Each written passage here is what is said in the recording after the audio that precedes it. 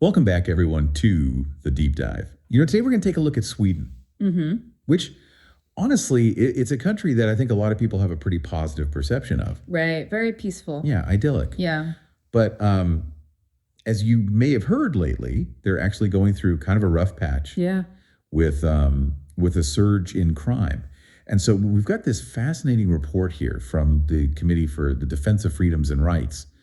The CDFR? Yeah, the TDFR. For sure. And it really dives deep into this whole situation. It does. So we're going to try and unpack that today and really just try and figure out what's going on. Right. I mean, we always see those headlines about, Sweden's crime problem, but we never get the full story. Yeah, exactly. So hopefully we can shed some light on the complexities of this issue. Yeah. And what's really interesting about this report is that it starts out with like a statistical snapshot of just how much crime has gone up in Sweden. Right. Just to give you a sense of the scale of the problem, in 2023 alone, they recorded over 1.5 million crimes. 1.5 million. That's a 4% jump from the previous year, which, for a country like Sweden. That's huge. Yeah, that's significant. Yeah. And it's not just like petty theft or anything like that. No. It's like serious crimes we're talking about here. Violent crimes, shootings. Yeah, gun violence has really been on the rise. I mean, in 2023, there were over 60 shooting fatalities. That's a record for Sweden. Wow. And it's a pretty stark contrast to the image that most people have of the country. Yeah. I mean, especially gun violence. You just don't associate that with Sweden. Right. It's pretty shocking. And what's even more disturbing, I think, is that the report points to young people being really heavily involved in a lot of this criminal activity. Kids as young as 14 are getting caught up in this stuff. It's really tragic. That's so sad. So what's going on? Like, what's driving these young people towards this path? Well, the report identifies three key factors that are contributing to this crisis. And the first one is the challenges surrounding immigration and integration. Now, we all know Sweden has this long and admirable history of welcoming asylum seekers and refugees. Right. But the report suggests that their integration policies may not be fully meeting the complex needs of these new arrivals. So they've opened the doors, but they haven't necessarily provided all the tools and support for those individuals to really thrive there. Yeah, that's a key takeaway. The report argues that a lack of robust integration policies can lead to the creation of these isolated communities. Makes sense. Where people face significant hurdles in accessing things like education, employment, and even basic social services. So that sense of alienation, that feeling of being disconnected from the broader society, do you think that could be pushing some individuals, towards seeking belonging and purpose elsewhere? Potentially. I mean, if you feel like you don't have a stake in society, it's easier to fall prey to those who offer you a different path, even if it's a dangerous one. Right.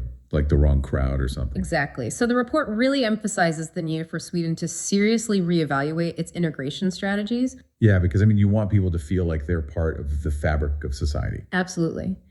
And then the second factor that the report highlights is economic disparity. Okay. Sweden has a pretty high unemployment rate, with almost 467,000 individuals out of work, and migrants often face additional obstacles in the job market. I would imagine just like language barriers and not being familiar with the local customs, maybe even facing prejudice from employers. Absolutely. All of those things can make it incredibly difficult to find stable employment. And when people are struggling to make ends meet and they see no way out, it can lead to desperate measures. Exactly. And then the third factor, and this is maybe the most concerning, is the rise of powerful organized crime networks. That's right. This sounds like we're talking about like serious criminal enterprises. Yeah, these aren't just small-time gangs. Yeah. We're talking about well-structured, often ethnically based gangs that are actively exploiting those vulnerabilities we were just discussing. So it's like this perfect storm almost. Yeah, a vicious cycle. Right. You've got integration challenges creating a pool of vulnerable individuals, and then you have these organized crime networks. Just waiting to prey on them. Exactly. Offering a sense of belonging, a path to financial gain, but it's a dangerous path. And these gangs aren't just passively recruiting, they're using intimidation, violence. It's scary. Yeah, they instill fear within communities. And speaking of a case that really shook Sweden and brought these issues into the spotlight, you can't talk about this without talking about the murder of the rapper GABORO. Right, his case is incredibly tragic. Yeah, he was only 24 years old. Shot and killed in December 2023. And they caught it all on video. Yeah, the video circulated widely on social media. It's just heartbreaking to see a young life cut short like that. It really is. And GABORO was more than just a musician, he was a rising star in the Swedish hip hop scene. So why do you think his case resonated so deeply with the Swedish public? Well, I think because in many ways his death became a symbol of the growing grip of organized crime and its impact on Swedish society. Yeah, it was like a wake-up call. Right. This wasn't just a statistic. Right. This was a young man with talent, with a future, A whole life ahead of him. and it was all cut tragically short. And Gaboro's murder led to a lot of public outrage. I can imagine. It put immense pressure on the government to take action. It seems like this is like a real turning point. But, simply acknowledging the problem isn't enough. So what concrete steps are actually being taken to address this crisis? That's a great question. And that's something that the CDFR report actually dives into. They don't just outline the problems, Right. They offer potential solutions as well. So we're going to get into that in the next part of our deep dive. Yes, we'll explore those recommendations in detail. This is definitely a conversation you don't want to miss. Stay tuned. It's interesting. This whole situation is really forcing Sweden to kind of confront this fundamental question. Oh, and what's that? Well, it's about how you address a growing crime problem like this, but without, compromising those values of fairness and human rights that we associate with Sweden. Yeah, that's a tough balancing act, right? Because on the one hand, you've got to protect your citizens and maintain order. Right. But on the other hand, you don't want to resort to these extreme measures that could erode the very fabric of your society. Exactly. It seems like the CDFR report, they're really advocating for these solutions that are trying to find that balance. Mm-hmm. Like when they talk about improving integration, they're not talking about forcing migrants to abandon their cultural identities. Right. It's not about assimilation. Right. It's about fostering a society where everyone feels a sense of belonging. Right. And has an equal opportunity to succeed. Regardless of background. Exactly. So it's about finding ways to bridge those cultural divides and build a more inclusive society. And that's where dialogue becomes so important. Right. Open communication and really making an effort to understand different perspectives. So it's not just like this top-down approach, Yeah. but also a bottom-up one. Absolutely. Like fostering those connections at the community level. Yeah, those grassroots efforts are crucial. That makes a lot of sense. Okay, so let's talk about the role of law enforcement in all of this. Okay. Because it's one thing to address those root causes of crime that we were talking about earlier. Right. But you also have to deal with that immediate threat that these organized crime networks pose. Absolutely. I mean, there's been a lot of debate in Sweden about how to find that right balance. Between prevention and punishment. Right, because some people argue that the government's been too lenient on criminals in the past. Especially when it comes to gang violence. So they're calling for tougher tactics, stricter sentencing, maybe even changes to the justice system. Exactly. They want to send a clear message that this type of behavior won't be tolerated. Makes sense. But of course, there are others who worry that a purely punitive approach could backfire. How so? Well, some argue that harsher punishments might disproportionately impact marginalized communities. Right. And that could lead to more resentment, more distrust of law enforcement. And then that just pushes people further away from the very systems that are supposed to be helping them. It's a vicious cycle. And there's also the concern that mass incarceration could actually end up being a breeding ground for even more criminal activity. That's a really good point. It's a complex issue for sure. It is. So it seems like the key here is to find that kind of nuanced approach to law enforcement. Right, one that recognizes those social and economic factors that we talked about earlier. Exactly. Yeah. Because it's not just about locking people up and throwing away the key, right? No, it's about creating opportunities for people to turn their lives around. To rehabilitate. Exactly, to become productive members of society. It feels like Sweden is at this crossroads. They're trying to navigate this surge in crime, but without losing sight of their core values. It's a delicate balance. For sure. But the CDFR report, it does offer this kind of roadmap.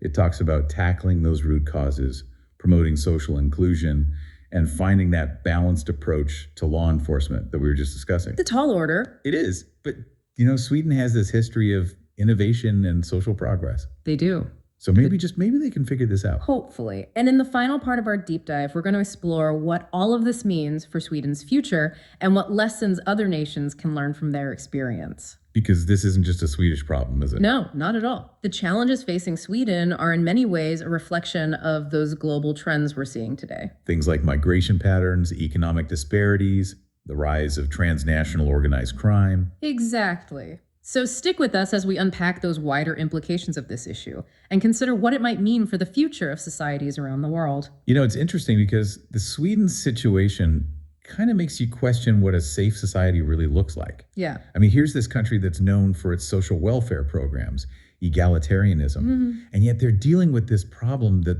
a lot of people associate with countries that have like high inequality and social unrest. Right. It really shows that no country is immune to these kinds of challenges. It makes you wonder if those traditional models of social progress are really still effective in today's world. Yeah.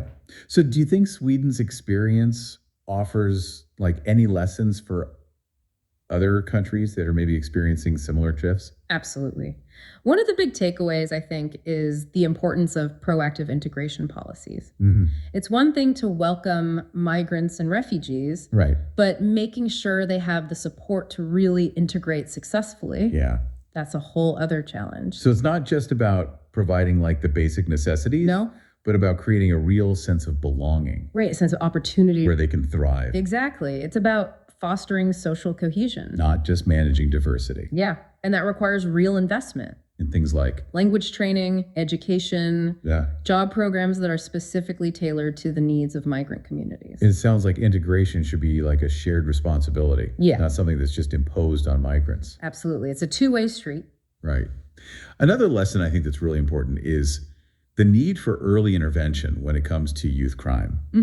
Because Sweden's experience shows just how quickly organized crime can kind of take root. Especially in those vulnerable communities. So identifying those at-risk youth Yeah. and providing alternatives Yeah, before they get pulled into that life. to that gang life is crucial.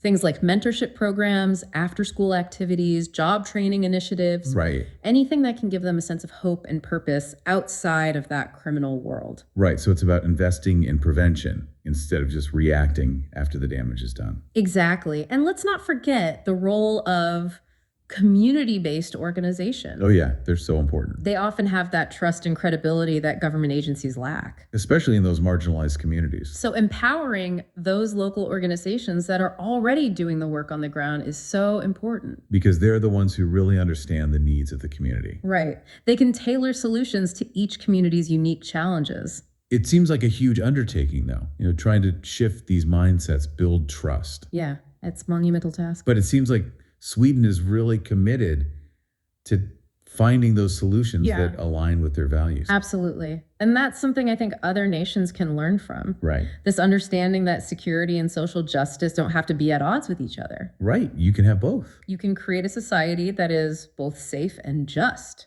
where everyone feels like they belong and has a chance to really thrive. That's the ultimate goal. It is. So I think we've really explored the complexities of this issue today. We've looked at those alarming statistics. We've talked about the root causes, the potential solutions. Yeah, it's a multifaceted problem. It is. But despite the challenges, it seems like there's this real sense of urgency and this determination in Sweden to find solutions. Yeah, they're not shying away from the problem. They're engaging in open dialogue and seeking these innovative approaches that really uphold their values. It's inspiring. It is. And it's a reminder that even when things look really tough, there's always hope. There is. Maybe Sweden's journey can inspire other nations to confront their own challenges with the same courage and commitment. That would be great. So as we wrap up this deep dive, one question kind of lingers in my mind. What's that? Will Sweden's experience serve as like a cautionary tale or a beacon of hope for the rest of the world? That's the big question. Only time will tell, I guess. It will. But one thing's for sure, What's that? the world is watching, and the lessons learned from Sweden's struggle will undoubtedly shape that global conversation about crime and justice and social progress for years to come. I agree. So thank you for joining us on this deep dive. It's been a pleasure. Until next time, keep exploring, keep questioning, and keep seeking those deeper understandings.